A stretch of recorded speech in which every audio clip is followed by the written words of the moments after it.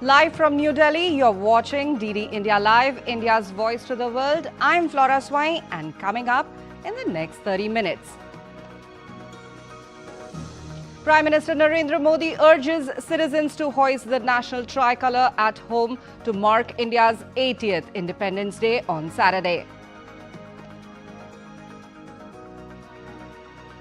In a first, Houthis killed 4 crew, 2 rescuers in el-Mandeb Strait attack while in Gulf of Oman. United States strikes cargo ship violating blockade. Oil prices gain and global shares retreat. Colombia earthquake death toll rises to 250 as rescuers race to find survivors through mountains of rubble. Europe to witness a rare total solar eclipse on Wednesday. First of Spain's 3 eclipse run will plunge parts of the country into eerie daytime darkness.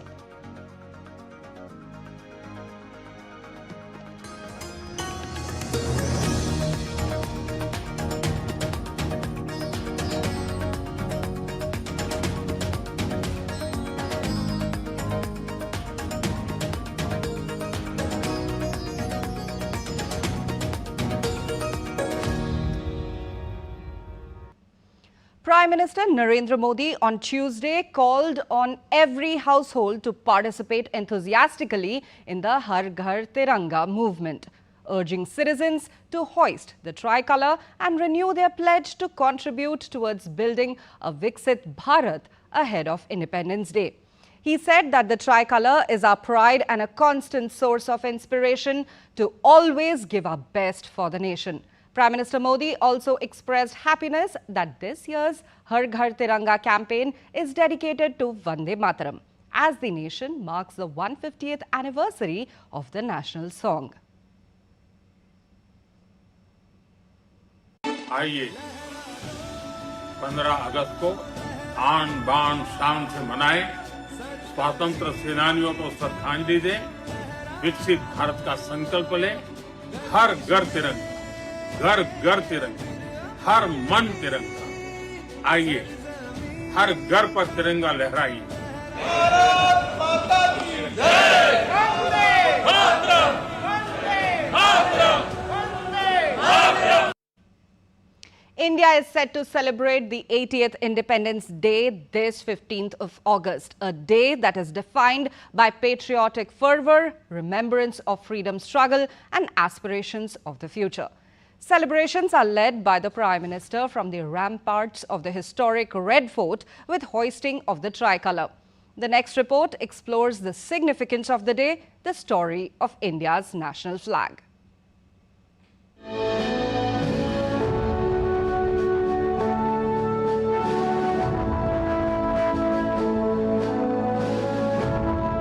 The Independence Day on 15th August marks the dawn of freedom of India.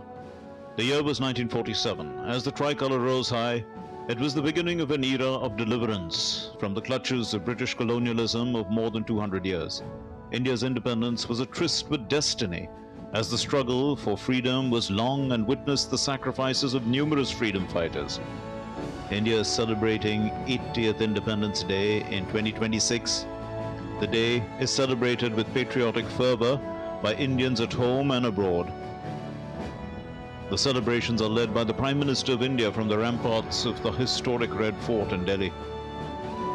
As the leader of the nation hoists the national flag, the nation is filled with pride over its heritage and energized to fulfill the aspirations of its people.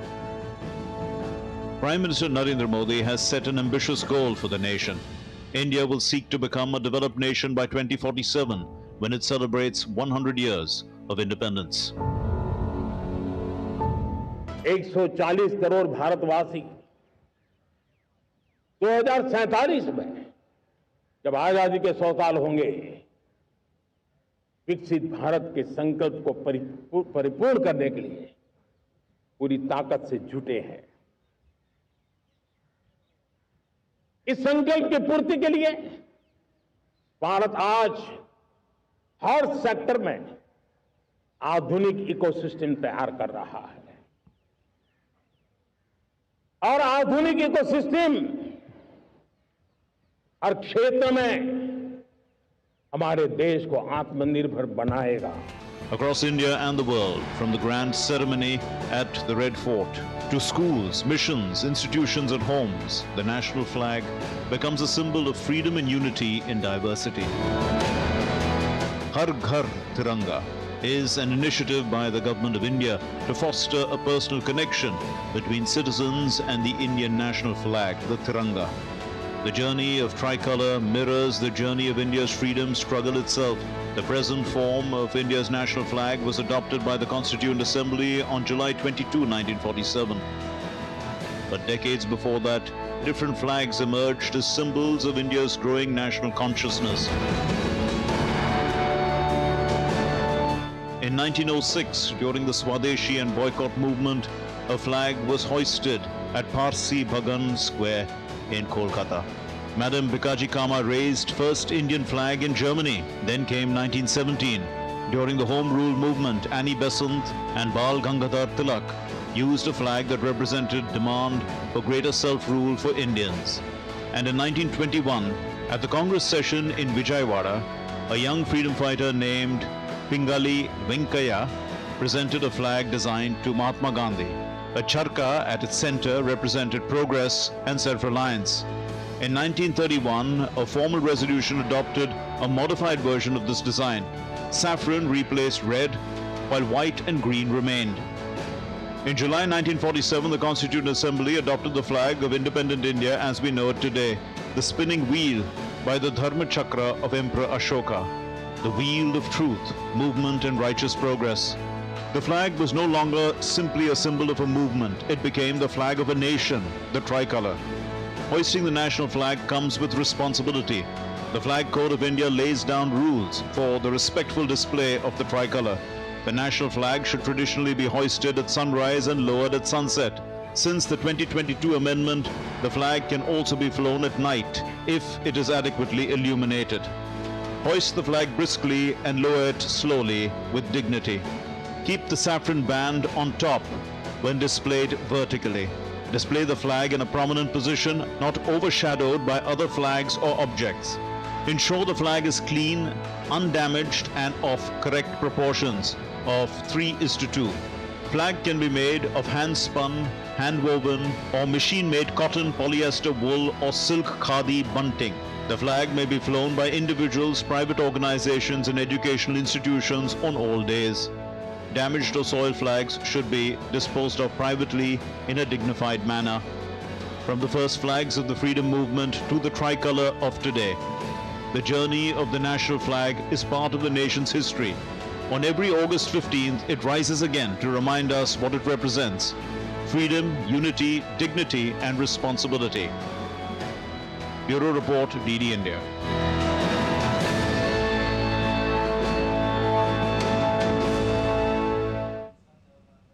Now let's take a look at some other interesting stories related to upcoming Independence Day celebrations. Vice President C.P. Radhakrishnan today flagged off the special bike rally from New Delhi's Bharat Mandapam along with members of Parliament as part of the Har Ghar Tiranga campaign. Speaking at the event, VP Radhakrishnan said that Vande Mataram became the driving force in the struggle to end colonial rule in India. The rally concluded at Major Dhyan Chand National Stadium. Similarly, Union Minister Dr. Jitendra Singh also participated in a Tiranga bike rally which painted the capital streets in patriotic colours. Organized by the Ministry of Culture, the mass rally was aimed at invoking national pride and encouraging citizens to hoist the national flag at their homes. Under the Har Ghar Tiranga campaign, India's Sports Minister Mansukh Mandavia led a cycle rally with My Bharat volunteers in New Delhi. My Bharat is an online youth leadership and social engagement platform. Hundreds of volunteers participated in the rally. They conveyed a message of fitness to the nation. Speaking on the occasion, the Sports Minister remarked that for any nation to become developed, it is essential for its citizens to remain healthy. Delhi के सड़कों पर my Bharat के volunteers के द्वारा हर घर तिरंगा cycle यात्रा करके देश के युवाओं को संदेश दिया है कि मोदी जी के विकसित भारत के आह्वान को साकार करने के लिए, हमारी देश की आज़ादी को कायम बनाए रखने के लिए हम युवा सशक्त रहे तो भारत स्वस्थ रहेगा, और भारत स्वस्थ रहेगा तो मोदी जी का समृद्ध भारत का, विकसित भारत का स्वप्न साकार होगा। Participating in the Har Ghar Tiranga campaign, Jammu and Kashmir Lieutenant Governor Manoj Sinha called upon the people of Jammu and Kashmir to carry forward the spirit of patriotism, unity and national service, saying the campaign has evolved into a mass movement of national consciousness and should become a lasting tradition of love for the motherland. He said that the Tricolour and Vande Mataram embodies our shared strength, unity and unwavering patriotism. Staying with Jammu and Kashmir, a mega Tiranga rally was also held in Anantnag ahead of Independence Day with Deputy Commissioner Anantnag, DIG South Kashmir and SSP Anantnag leading the march. Men, women, government employees and local residents participated in large numbers. The rally began from Sports Stadium Anantnag and proceeded towards Lal Chowk with participants carrying the national flag and raising patriotic slogans. The Tiranga rally was organized as part of the Independence Day celebrations, promoting the message of unity, national pride and patriotism.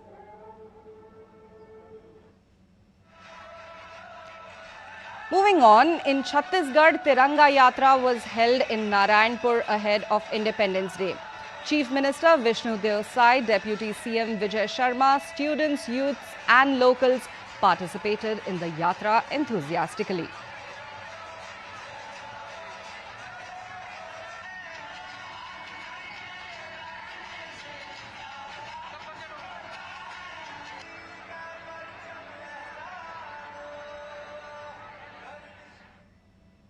Moving on now, India is moving ahead with its transition to E20 fuel, a petrol blend containing up to 20% ethanol. The country is combining global experience with India-specific testing to ensure the fuel transition is reliable and suited to local conditions. Here's more.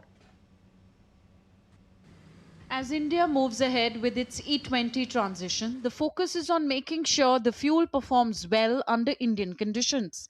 The Automotive Research Association of India, a leading automotive R&D organization, is testing E20 for vehicle performance, emissions, and material compatibility. The testing goes beyond vehicle performance. AR/AI is also using fleet data, emissions assessments, and globally recognized engineering and testing standards to evaluate how E20 works under Indian operating conditions. India's E20 transition is also drawing on the experience of other countries. Brazil, the United States, and several European nations have used ethanol-blended fuels for years to reduce emissions and diversify their energy supplies. AR/AI says combining global insights with India-specific scientific assessment can help support a reliable and efficient E20 transition. The move is aimed at promoting cleaner mobility while strengthening energy diversification and supporting India's long-term sustainability goals. For India, the focus is on using global experience while ensuring E20 is thoroughly assessed for the country's own vehicles, roads, and operating conditions. Bureau Report, DD India. And still to come on this edition of DD India Live, Thailand suspends new gun permits days after a 14-year-old gunman killed 9 people in a school. Pragnananda beats World Championship challenger Yakovir Senderov. World Elephant Day 2026 being observed today with focus on safe eco-friendly corridors, safe elephants.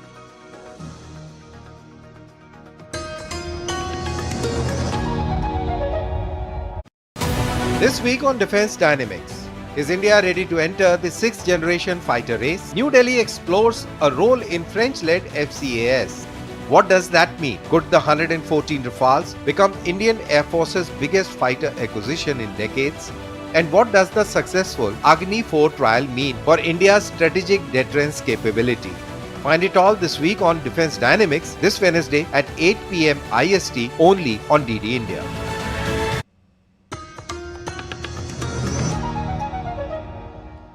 You're watching DD India Live. I'm Flora Swai, and in global news of the day, in first, US and Iran.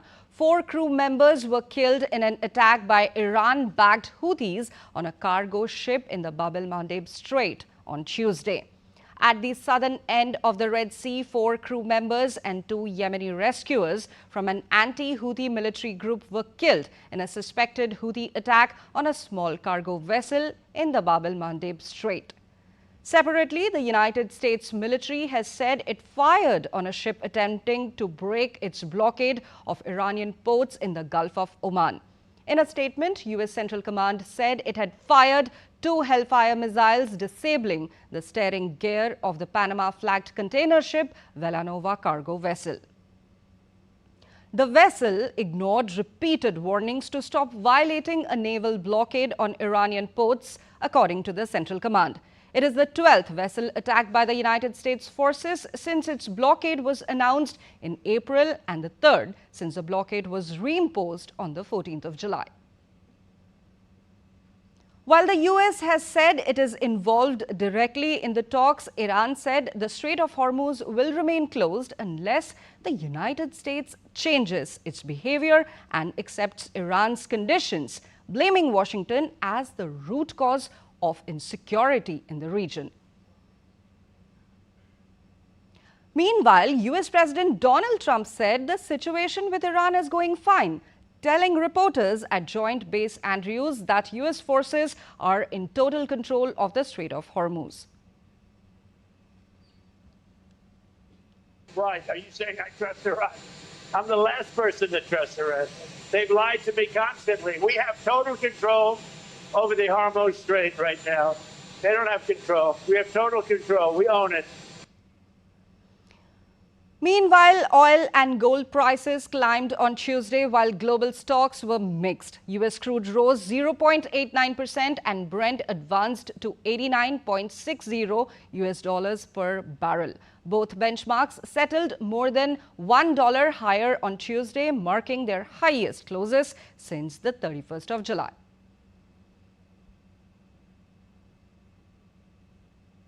Next up, on Tuesday, President Volodymyr Zelensky said that Ukraine had handed over proposals to United States negotiators for a plan to end the more than 4-year-old conflict with Russia.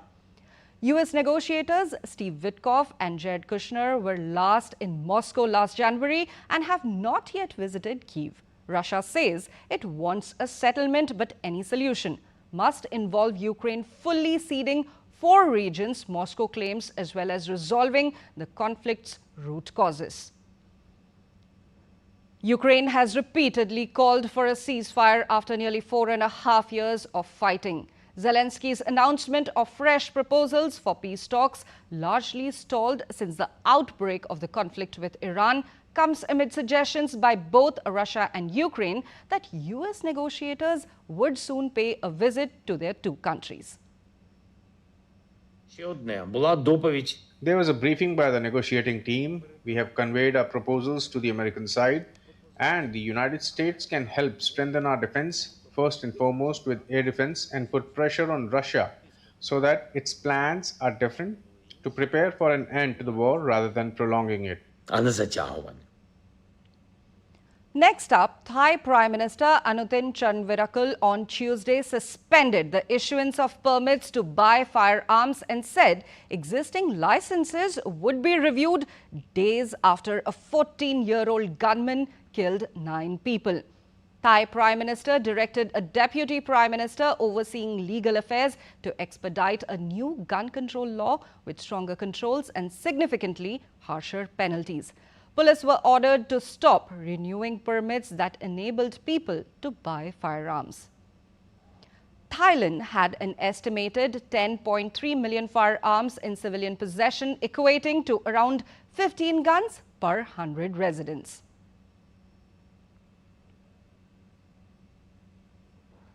In other news, the search for life in the rubble of Colombia's powerful earthquake grew more desperate on Wednesday as search teams pushed up against a key time threshold to locate survivors with signs of life.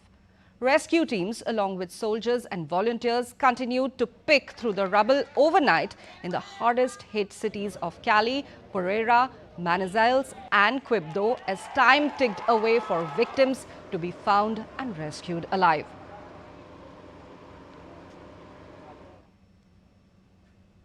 The search dogs also worked alongside emergency crews, sniffing through collapsed concrete and twisted structures in the effort to locate anyone who might still be alive.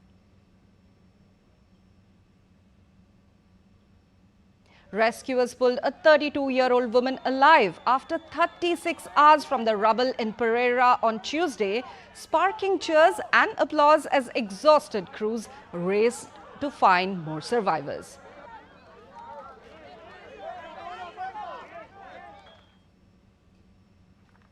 Another woman was pulled alive from the rubble of a building in Cali on Tuesday, almost 24 hours after the devastating earthquake.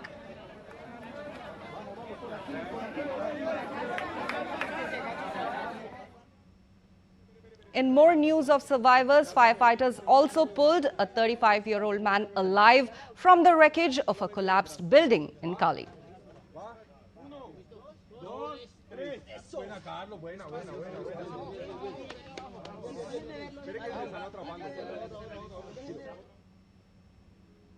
Crowds erupted in cheers on Tuesday after rescue crews pulled a kitten out of the collapsed building in quake-hit Pereira.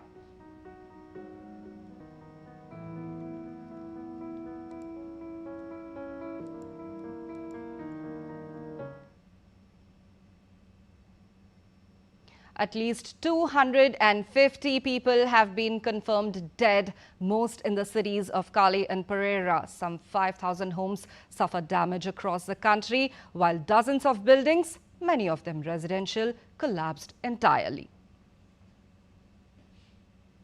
Next up, millions of people across Europe will witness a rare total solar eclipse on Wednesday, with Spain emerging as the best viewing location.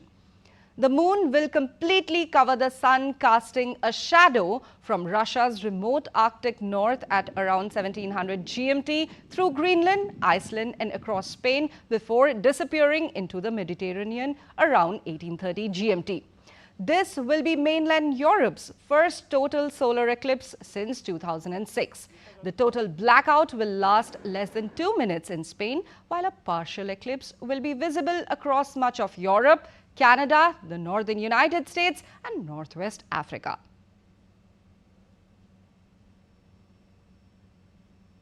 And now we have news coming in. India's Home Minister Amit Shah accused the opposition of running away from the debate on the issue of NEET and stalling the parliament. The Home Minister dared the opposition to let the discussion take place in Parliament on the students' issue and assured that he will give a detailed statement after the debate. जब से संसद सत्र शुरू हुआ तब से लगातार मैं संसद में आता हूं, मेरी चैम्बर में बैठा हूं। चूंकि संसद भवन के अंदर विपक्ष संसद को चलने ही नहीं दे रहा है दोनों गृहों में, तो कोई जाकर क्या करेगा। जहां तक चर्चा का सवाल है, सरकार की ओर से किरण रिजिजू जी ने, जो हमारे पार्लियामेंट्री अफेयर्स मिनिस्टर है, उन्होंने बहुत स्पष्ट कर दिया कि जो नीट आंदोलन के छात्र प्रदर्शन पर सभी प्रकार की चर्चा करने के लिए सरकार तैयार है और चर्चा के लिए समय सुनिश्चित किया जाए और विपक्ष तैयार हो जाए। पहले तो ये यही मांग कर रहे थे, हमने हाँ बोल दिया। मेरी ओर से भी मैंने कह दिया है कि मैं किसी भी सवाल का जवाब देने के लिए संसद में तैयार हूं, मगर वो चर्चा ही नहीं होने देना चाहते। अब जनता तय करे कौन भाग रहा है। आज 3 बजे तक स्पीकर साहब को वो पत्र दे दे, 3 बजे से लेकर कल 3 बजे तक सभी प्रकार की चर्चा के लिए हम तैयार हैं। मैं सदन में ही बैठूंगा, सबको सुनूंगा और सब चीजों का जवाब दूंगा। सरकार के पास छुपाने के लिए कुछ नहीं है। Moving on to sports updates, Indian Grandmaster R. Pragnananda crashed through the defences of Yavokher Sindarov in a second-round match to register his first victory of the Sinquefield Cup in St. Louis City of the United States. Pragnananda claimed his point inch by inch in the endgame, arising out of a queen-pawn opening. Sindarov, who will be up against world champion D. Gukesh later this year for the world crown, chose just an equal endgame that should have been a perfect draw for him. But he possibly did not account for Pragnananda's tenacity. It paid off in the end for the Indian. There are 5 leaders sharing the top spot on 1.5 points apiece, including Pragnananda, with 7 rounds still to be played in the tournament.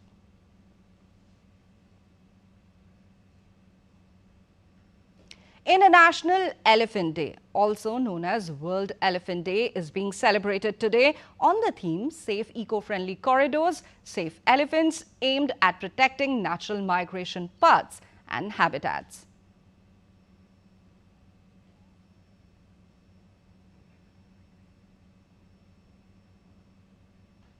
That's all for this edition of DD India Live, but let us know your thoughts on the news of the day. For those on the go, you can get all the latest news and updates from India and across the world on the DD India mobile app. The app is available on both Android and iOS platforms. Scan the QR code on the screen to download now.